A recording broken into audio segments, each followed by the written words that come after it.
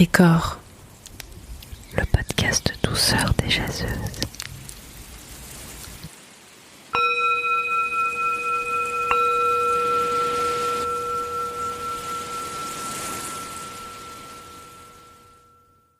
Cet épisode de Pétricor est proposé par Mathilde Léichelet. Moi, ce que j'aime dans la vie, c'est l'ASMR, l'histoire des femmes et les révolutions. Alors, pour Pétricor, j'ai eu envie de mélanger un peu tout ça et de vous proposer un peu d'ASMR, un peu d'histoire des femmes et un peu de révolution.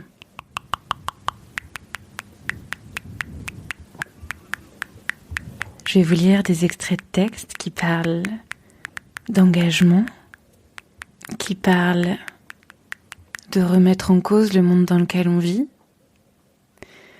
et de construire quelque chose de mieux. André Léo, la femme et les mœurs, liberté ou monarchie. 1869, elle est presque d'hier, cette question rejetée d'abord comme chimérique, puis combattue par le ridicule, et qui cependant, aujourd'hui, malgré tant de préjugés et de sarcasme, s'agite dans les deux mondes et chaque jour grandit. Elle est née de la Révolution française qui créa ou renouvela toutes les questions par le principe nouveau qu'elle a proclamé et où l'égalité de la femme, comme toutes les autres, est contenue. Mais l'humanité saisit rarement d'un coup le sens de ses propres découvertes. Dans cet élan passionné qui fit tomber tant de chaînes, qui reconnut l'homme dans l'esclave et fit du cerf un citoyen, la femme qui le partagea fut oubliée. On n'y songea pas.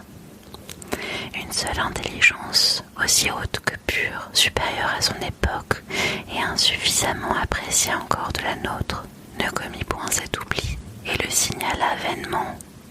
Condorcet écrivit « L'habitude peut familiariser les hommes avec la violation de leurs droits naturels au point que parmi ceux qui les ont perdus, personne ne songe à les réclamer.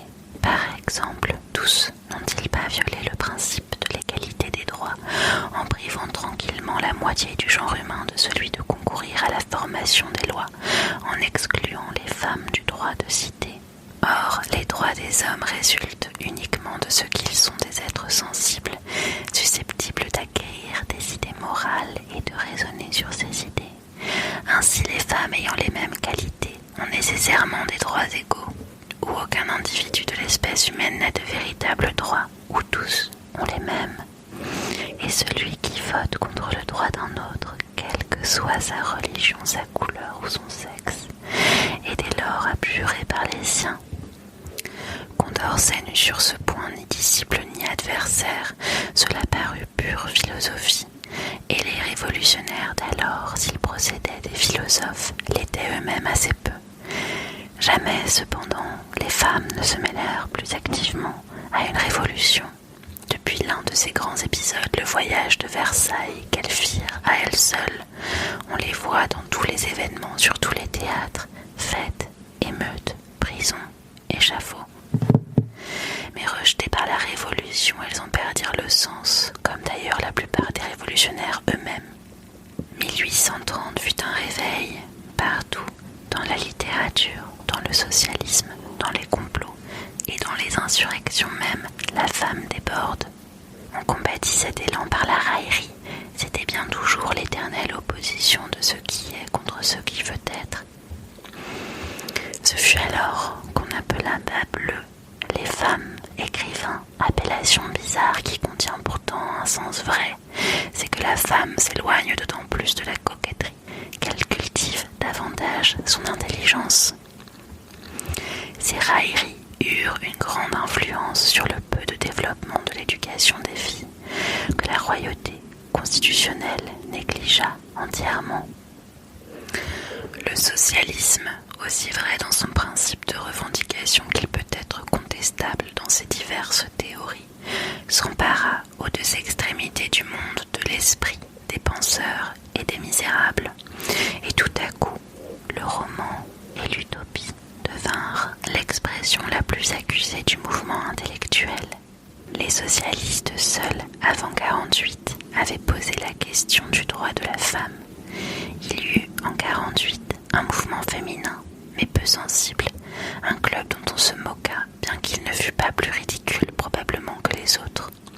Les socialistes eux-mêmes étaient si peu préparés à l'invasion de la femme dans le domaine politique que la candidature de Jeanne de Rouen ne trouva dans son propre parti que de rares champions. Puis, le coup d'État fit le silence sur toutes les questions vitales. En 1853, cependant, parut l'histoire morale des femmes de Le Gouvet. C'était un cri généreux d'indignation contre les excès produits par la brutalité des lois et des mœurs. Il en appelait à la pitié bien plus qu'au droit, mais alors cette modération dut servir la cause, si peu comprise encore.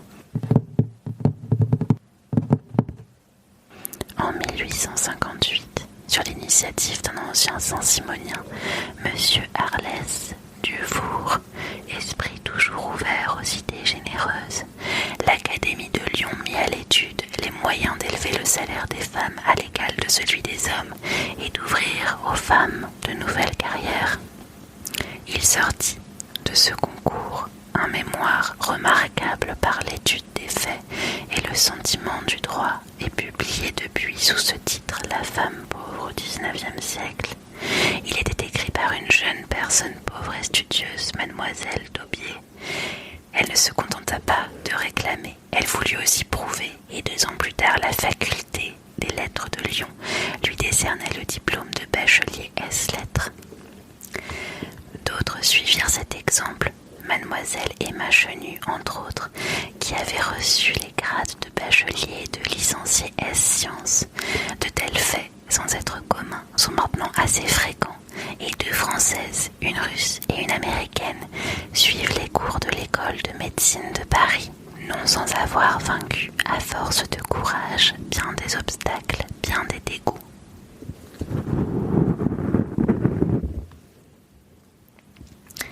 La lice s'ouvrit en 1867 par le livre de la justice dans la Révolution, où Proudhon insultait grossièrement la femme, et par l'amour et la femme, où Michelet, plus doucereusement, ne l'insultait guère moins.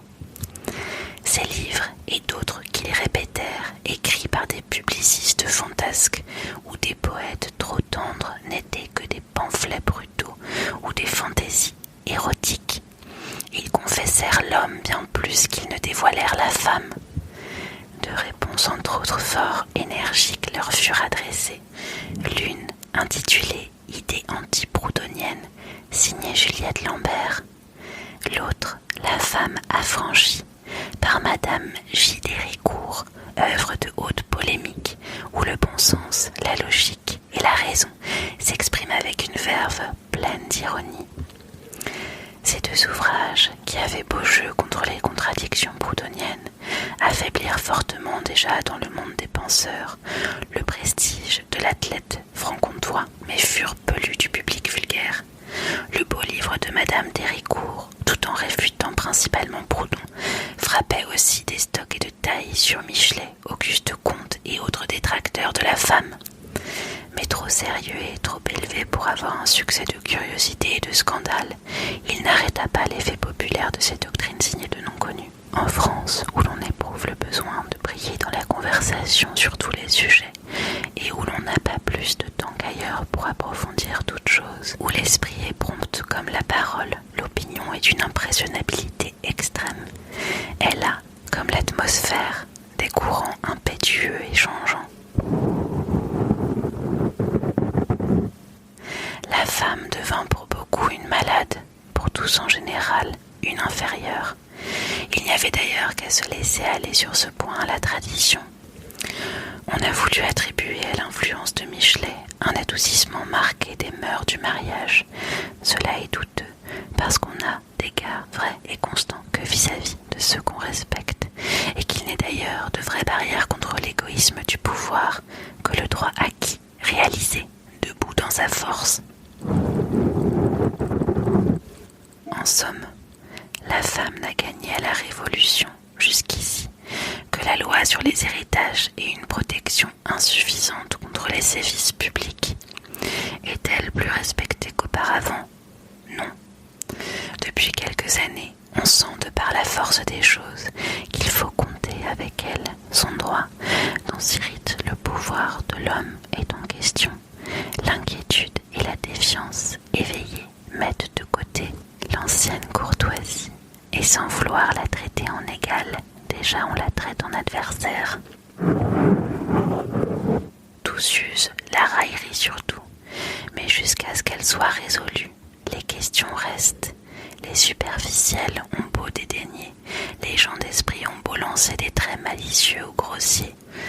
Le vulgaire a beau suivre ses chefs de file, la littérature a beau mettre la situation en musique et prouver à force de points d'orgue, de vocalises et de fantaisie que la femme est une hourie, une périe, une fée, un ange, auquel tout ce qui est terrestre doit, sauf quelques points, rester étranger. Il y a la force des choses qui, malgré tout, agit, nous oblige en ces temps à de terribles inventaires et nous révèle une situation qui n'est ni superficielle, ni spirituelle, ni gracieuse, mais si l'on veut en effet, ridicule, amèrement.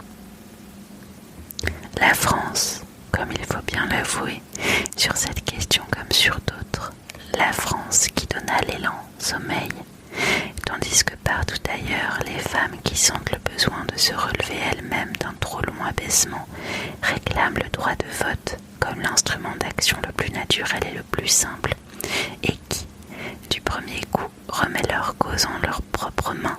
La France conserve sur ce point un préjugé d'autant plus obstiné qu'il est moins justifiable.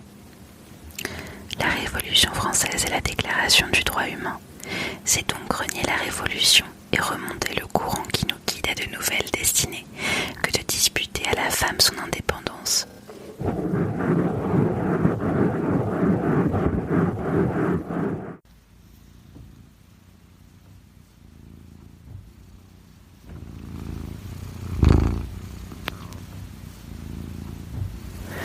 Pétricor. Un podcast imaginé par Sophie Bénard, Caroline Dejoie, Sarah Guélam, Mathilde Léichelet, Aurore Leludec